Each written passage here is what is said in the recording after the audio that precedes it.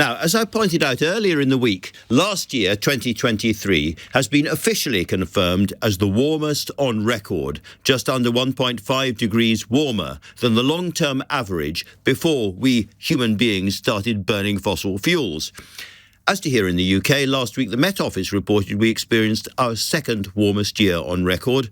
The British government is pushing through legislation to encourage more oil and gas drilling in the North Sea. Labour has promised major investment, around £20 billion a year, to build a greener economy. But under pressure from the Conservatives, seems to be rethinking and watering this pledge down a bit. So what do environmental champions think about all of this? One of them, Dale Vince, the green industrialist who's made donations to the Labour Party and supports organisations such as Just Stop Oil and Extinction Rebellion, is with me now. Good to see you there, Dale. I suppose the official confirmation about 2023 was no great surprise, but first of all, your sense of overall where we are on the global warming chart.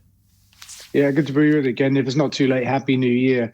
I think 2023, thank you, was not a surprise, was it? We broke records in all aspects of weather. You know, we had record flooding, record rainfalls, record cold temperatures, high temperatures.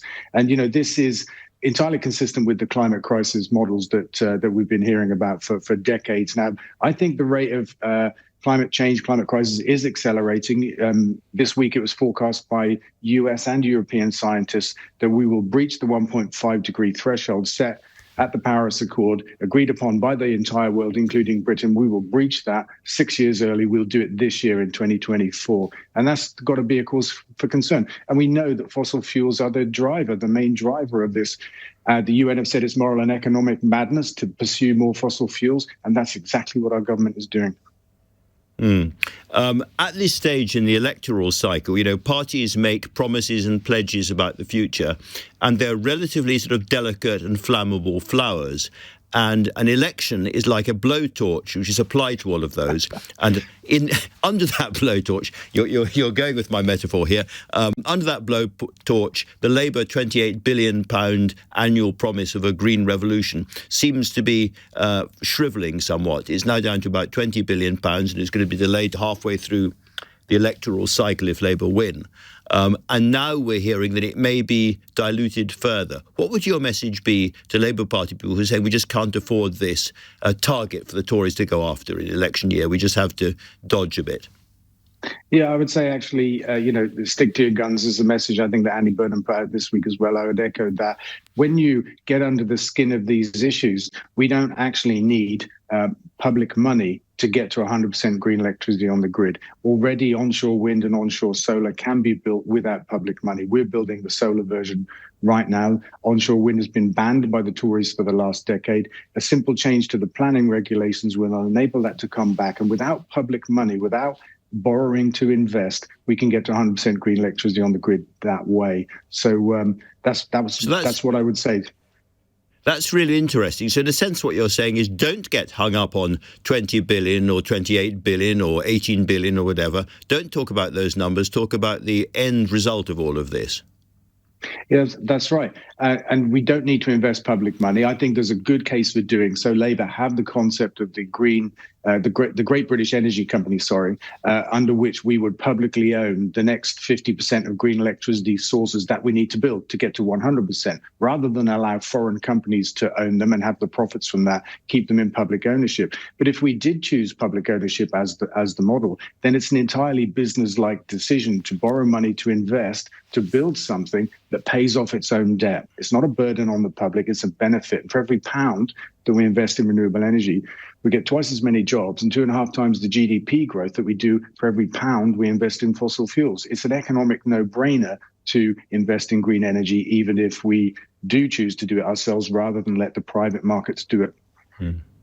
Now, you've been a supporter of Labour, and I assume you still talk to them. Have you had assurances that they are still committed to a green industrial revolution of the kind they were talking about a couple of years ago? I haven't asked, actually. You haven't asked? But I haven't asked. No. You know politics is politics, and you know what's going on here. An alternative form of politics, of course, are the actions of people like Just Stop Oil and Extinction Rebellion. And you know that they have caused a huge amount of irritation and blowback for an awful lot of people who are just annoyed by them and want to look the other way as a result. Is there, as it were, a third way for people who are really concerned about this to make their feelings felt in election year? What should people be doing? Honestly, I think they should be voting Labour, voting to get the Tories out, because we have in the Tories the prospect of another anti-green government. Will do all the wrong things, not just for the climate, but economically. You know, we've been through an energy crisis because we're wedded to fossil fuels, and we spent 70 billion in that crisis subsidizing unaffordable energy bills. For just 50 billion, we could take the whole country to 100% green energy. And therefore, it's a really sensible thing to do. But the Conservatives can't see that. So I think the most important thing for me is that there will be an election and we have the chance to change direction. I suppose for an awful lot of people, what's really worrying is the thought that they're going to have to radically change their own homes. They're going to have to go through a process of insulation, which will be quite obstructive and very expensive. They might have to think about heat pumps and people don't really want to confront that. A lot of families are struggling to pay food bills at the moment, never mind heating bills. So again, what's your message to people who think, you know, I'm very concerned about the environment. I watch the David Attenborough films and all the rest of it, but I simply can't afford this.